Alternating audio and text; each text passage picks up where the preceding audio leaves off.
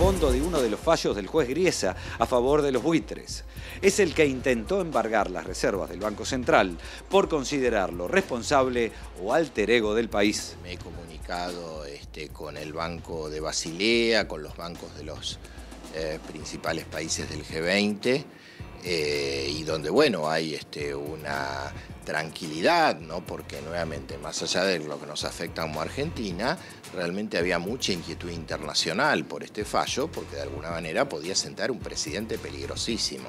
Con esto, que es una sentencia definitiva, da un punto final a esta fase de ataque de los fondos buitres sobre nuestro país, en particular sobre el Banco Central, y bueno, garantiza esto, que las reservas internacionales son del Banco Central, no están sujetos a embargo, y esto obviamente genera confianza en el mercado y ha tenido hoy una repercusión muy positiva en la prensa internacional y también en los mercados de la Argentina, precisamente porque, bueno, genera tranquilidad. En un escrito de 43 páginas, la Cámara dice directamente que Griesa erró en su fallo a favor del buitre MNL de Paul Singer y que ahora la Argentina podría solicitar la revisión de toda la causa.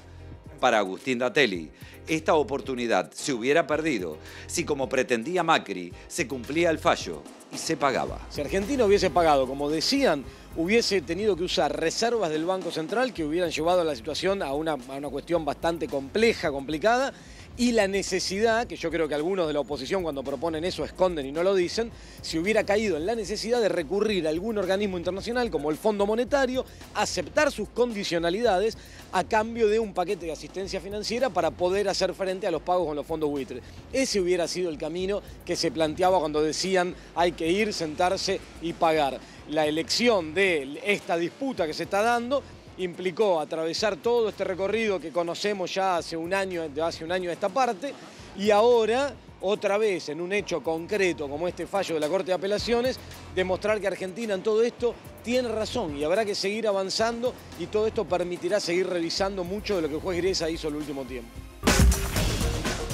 Vamos a preguntarle a Raúl de la Torre cuáles son los alcances que tiene este fallo. Hola, Rulo, buenas noches. ¿Qué tal? Buenas noches. Puntualmente, los alcances hay que medirlo en función del lugar que ocupa el Banco Central de la República Argentina.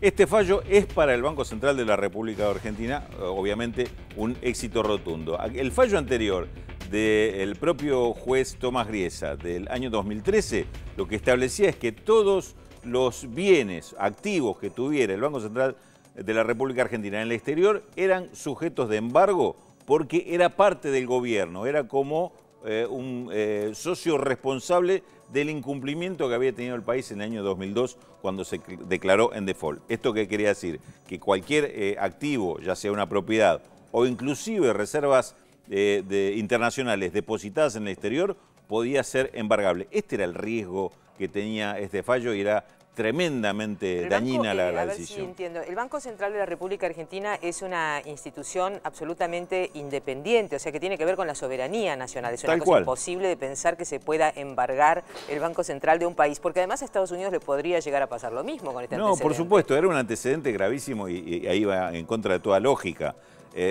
Hablábamos recién fuera de cámara con Pablo y le decía, era esperable que este fallo saliera a favor. De todas formas, el fallo de Griesa anterior había sido en contra, digamos, claro, con el mismo, de todo, con la misma motivo de consideración. Pero lo que consideró, el fallo es muy completo, ¿eh? Son 43 páginas que habla muy claramente de toda la presentación que hace el fondo buitre de Paul Singer. En esa presentación se decía que el Banco Central era un organismo que era parte de la conducción económica del gobierno argentino, que había consultas diarias en cuanto a las conductas y medidas a tomar, y el fallo de la Corte de Apelaciones de Nueva York lo que le responde es, bueno, es un organismo independiente, pero todo organismo administrativo que cumpla alguna función de control tiene consultas con quien es su controlado o su controlante.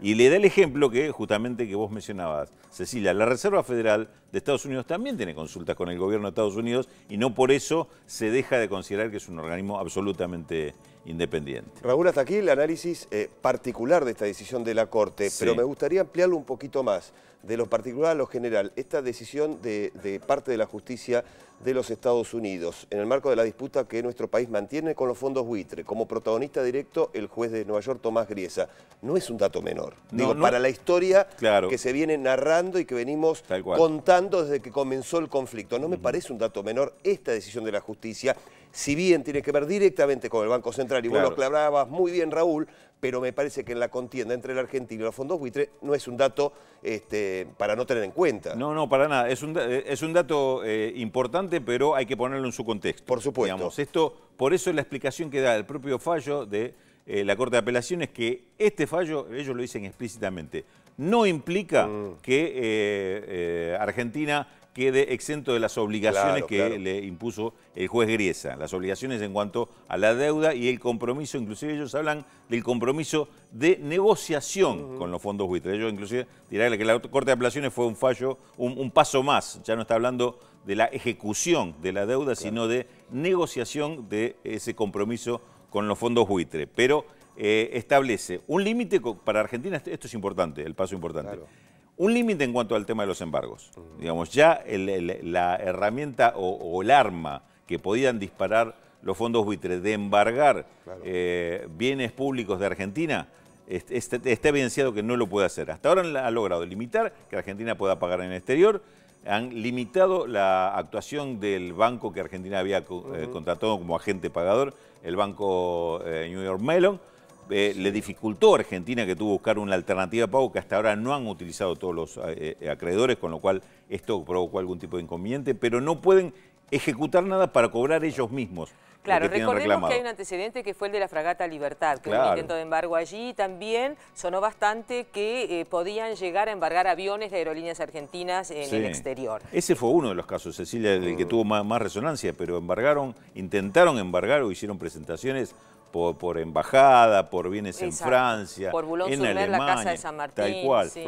Hubo toda una serie de medidas que siempre el argumento que se le dio en contra es no es un bien que esté sujeto a una actividad comercial por parte del país. En este caso sí, hablaban de bienes que tienen que ver con la actividad económica del país. De hecho, con las reservas Argentina está pagando parte de su deuda, pero es de un organismo que hasta que el Banco Central no gira ese dinero al Tesoro Nacional, que el que paga es el Tesoro Nacional, que las reservas estén en el Banco Central no implica que eso rompa el criterio de independencia. Con lo cual, a la pregunta de Pablo, sí, le limita, creo que definitivamente, esta posibilidad de concretar un embargo por parte de los fondos buitre, que es la herramienta más dura que siempre han manejado en toda esta instancia. Me parece que ya estamos entrando en otra instancia de esta pelea, en la cual me parece que los fondos buitres son los que empiezan a buscar cuál es el mecanismo de lograr negociar con la Argentina, no ya obligar a Argentina a que negocie bajo una relación de fuerza como es lo que pretendieron hasta ahora